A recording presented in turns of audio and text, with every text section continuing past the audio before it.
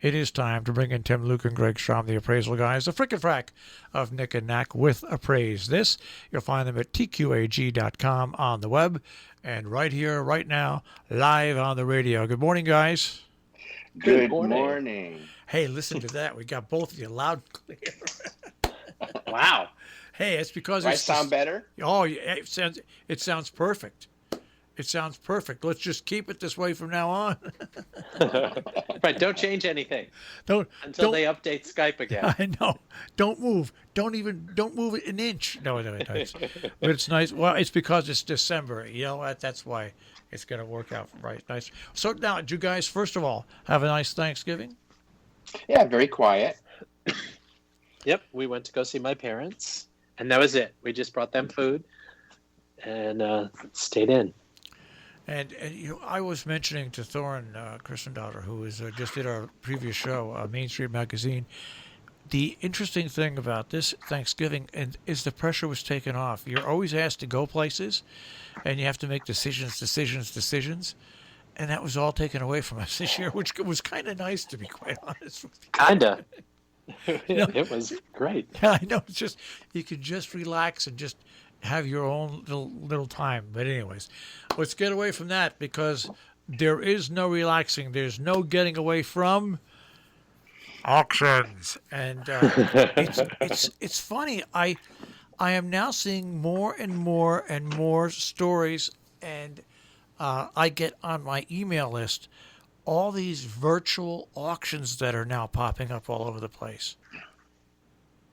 And are they fundraising auctions? No, or some of them just are. regular? Some of them are, but some of them are regular auctions. And what scares me about that is that, like, when you talk about auctions, you're talking about auction places that have a background, that have a history, that you know that they're legit. You know that they strive to do everything the right way. And the first thing that came to my mind, I probably saw 5 or 6 different auction sites come up, and also on TV I've seen a few ads.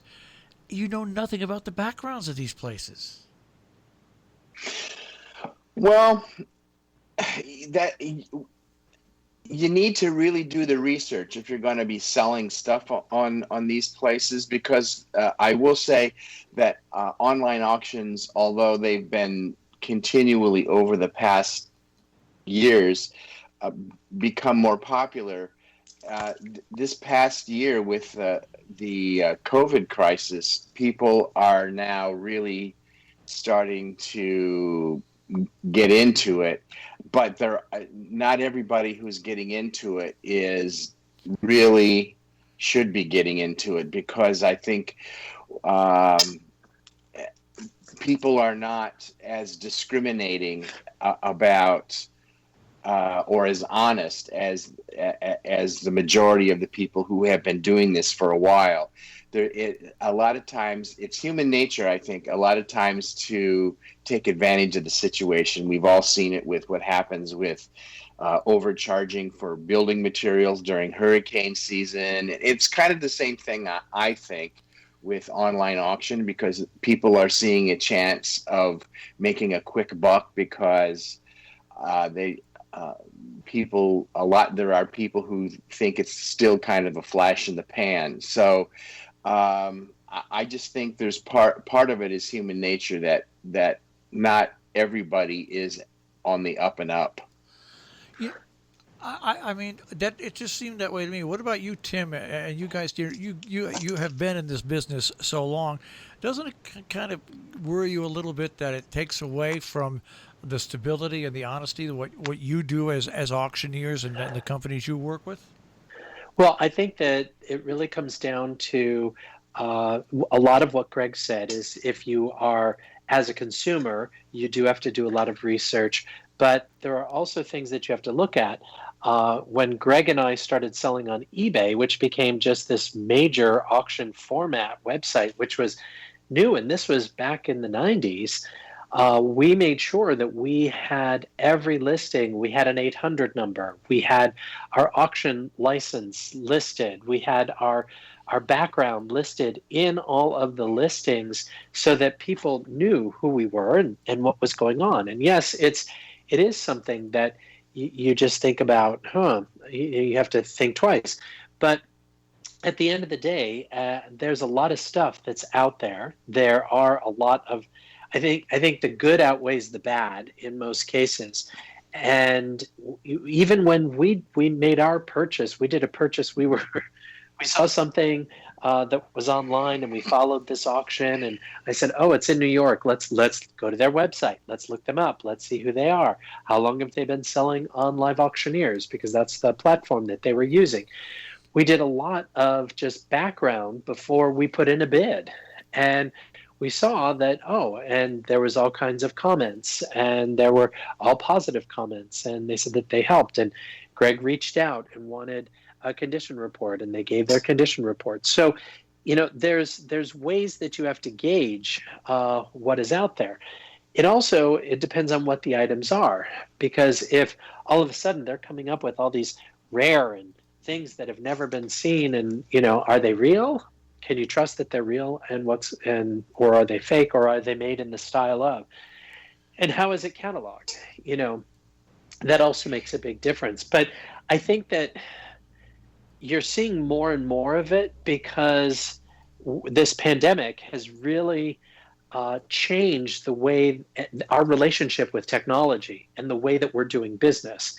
And I think that more and more businesses are realizing that they have the opportunity to get more and more eyeballs, and they're putting things out there. I think that really has changed because if it wasn't for this pandemic, I would say that there's probably a number of things that were out there anyway, and we wouldn't have been as cognizant of the fact that they were there. It would not have been in our forefront. Now that we're home and that we're staying in and we're on our computers a lot more, and we're seeing much more of this, I think that we're taking note of that. So I think that there's more than enough to go around. There's different levels. When you think about auctions, you have your local auction, you have your regional auction, you have the international auction.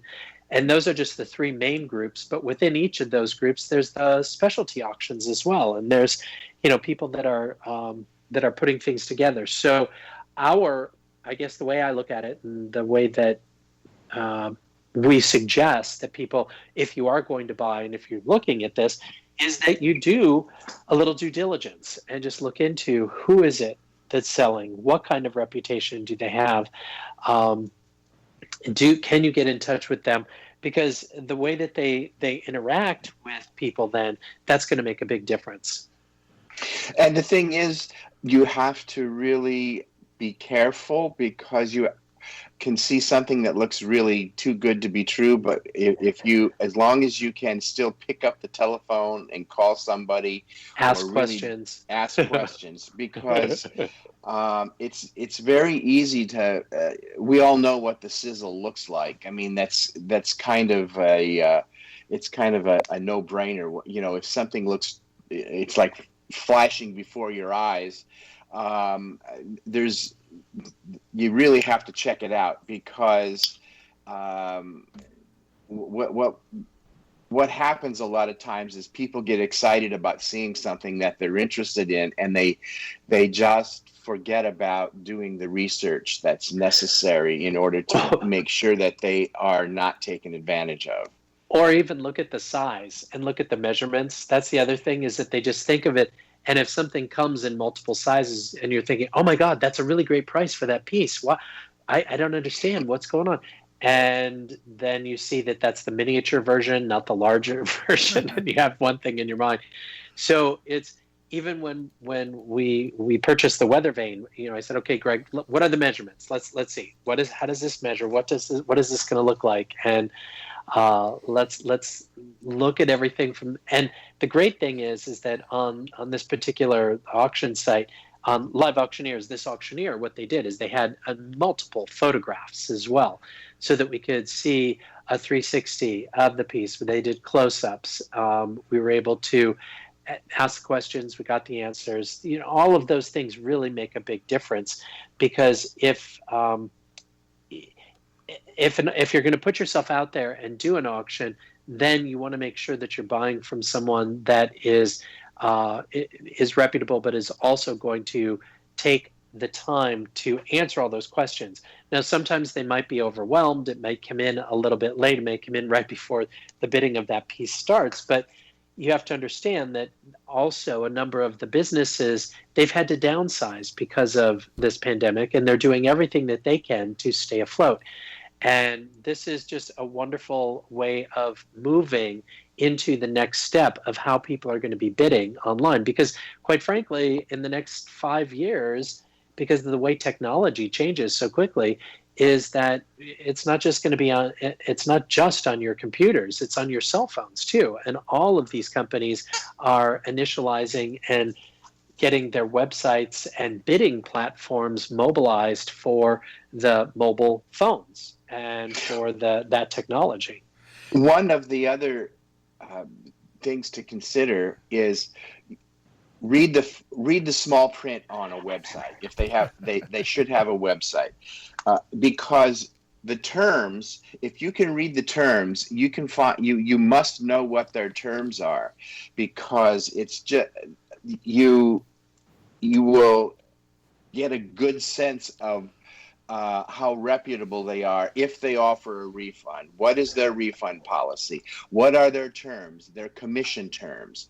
How are they easy to get in contact with?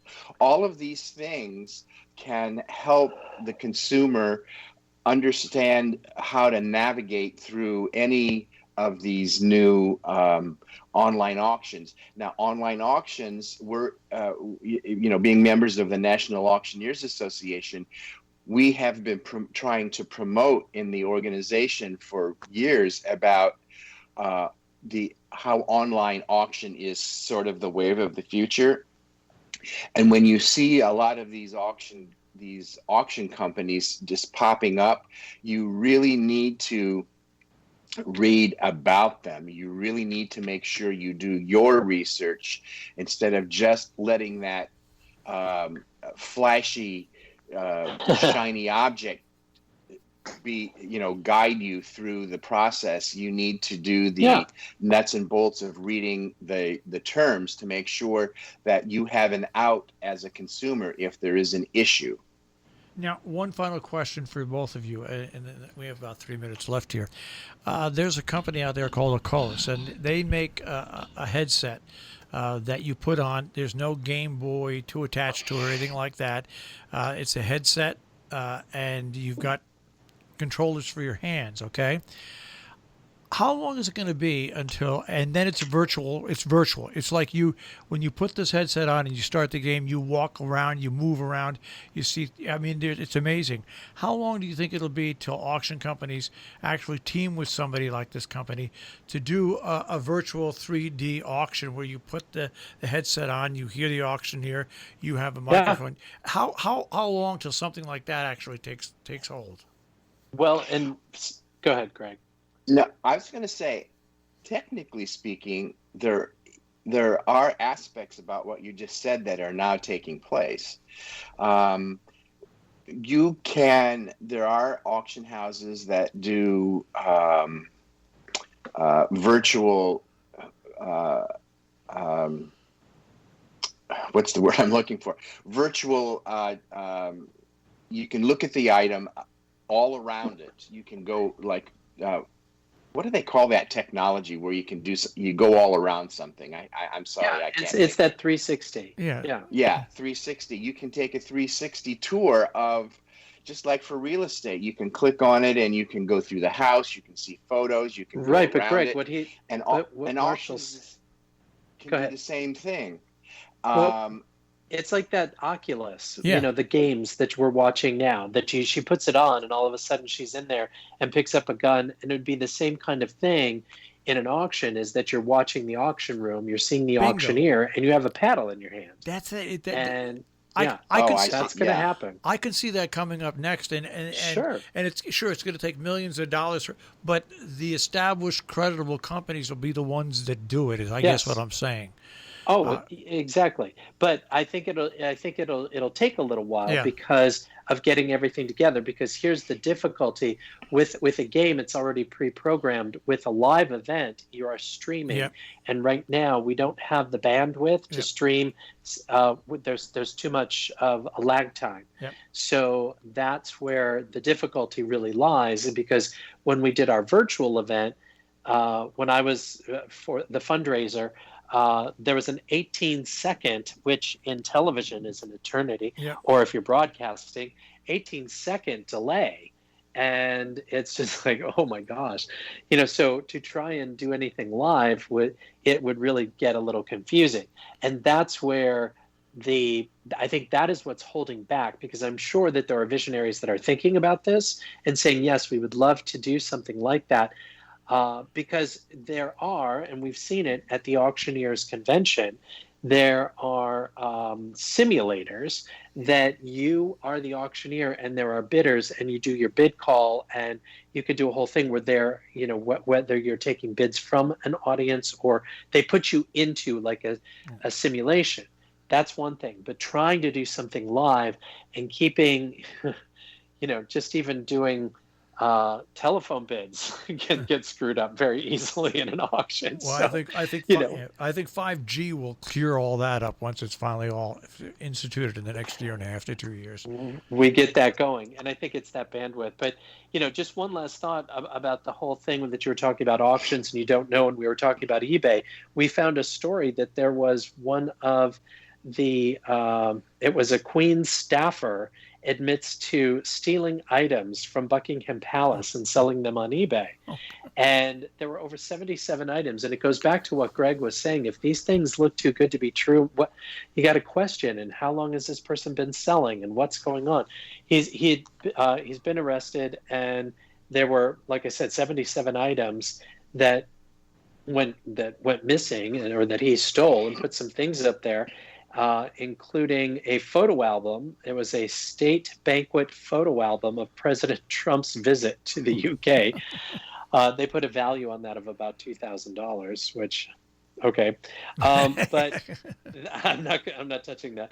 But the story goes on is that this staffer took advantage of the whole coronavirus pandemic, is that people were out of their offices and away, and nobody was really watching, and that's a pretty sad story, sad state of affairs. Needless to say, they've taken down a lot of the stuff. They were able to track down some of the stuff that he did list, and he's being he was found guilty. So that's the downside. Hey, when you're buying stuff I feel on good eBay. about this. If they only got a couple of $1,000s for that Trump thing, we did pretty good with that thing. We auctioned off. Yeah. You know what, Marshall? So just for everyone who doesn't know, that we sold a signed Trump. It was a Doodle. A doodle. It was a building, and he signed it. And this was early in his presidency. Do you know that after that came up, and it brought $12,000 or $13,000, which was great. After that, tons of them came out, because he did this for every single charity in New York, and he did this a lot. And a lot of them came out and the values plummeted. So I'm really happy that we were able to do that and raise some money for the station. All right, guys. Well, of course, you'll find them at tqag.com, Treasure Quest Appraisal Group. Guys, have a good weekend, and we'll speak to you next week. Okay. Sounds good, Marshall. Take care, buddy. Bye. Take care, guys. Tim Luke and Greg Strom, the appraisal guys, the frickin' frack of Nick and Knack.